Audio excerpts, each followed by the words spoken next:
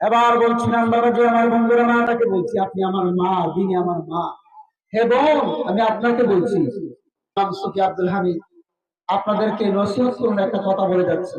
মা এবং বোনেরা, আপনাদেরকে আল্লাহর নবী বলছেন চারটা কাজ করে জান্নাত। হ্যাঁ মা, ভেতরে বলি যে মা এখনো নামাজ পড়েন না, যে বোন এখনো বেফরদা, যে বোন এখনো নামাজ ধরেন না, যে বোন এখনো বকাটে মতো চলাফেরা করেন, হে বোন আপনি আমার দিনে বোন, হে মা আপনি আমার দিনী মা। আমি আপনাকে বলছি আল্লাহর ওয়াস্তে আপনি নবীর এই হাদিসটা শুনুন। আল্লাহর নবী বলছে যদি কোনো মহিলার মধ্যে এই চারটা আমল থাকবে ওই মহিলা জান্নাত।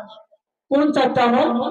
এক, আল্লাহর নবী বলছেন যদি কোনো মহিলা সময় মতো 5 ওয়াক্ত নামাজ পড়ে, যদি কোনো মহিলা সময় মতো 5 ওয়াক্ত নামাজ পড়ে, যদি কোনো মহিলা রমজান মাসে রোজা রাখে, যদি কোনো মহিলা রমজান মাসে রোজা রাখে, যদি কোনো মহিলা তার স্বামীর খেদমত করে, তার স্বামীর খেদমত করে, যদি কোনো মহিলা পর্দা মেনটেন করে চলে, পর্দা মেনে চলে, এই চারটা কাজ যদি কোনো মহিলা, হে মা আমি আপনাকে বলছি আপনি আমার মা, দিনী আমার মা।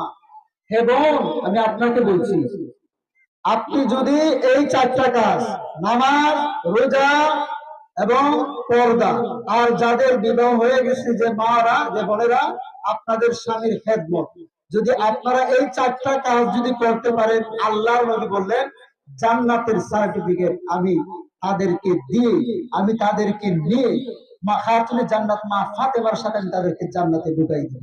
সুবহানাল্লাহ। তাহলে এই সুযোগ করে মা বোনেরা কি নামাজ পড়তে রাজি আছে না নাই? মা বোনের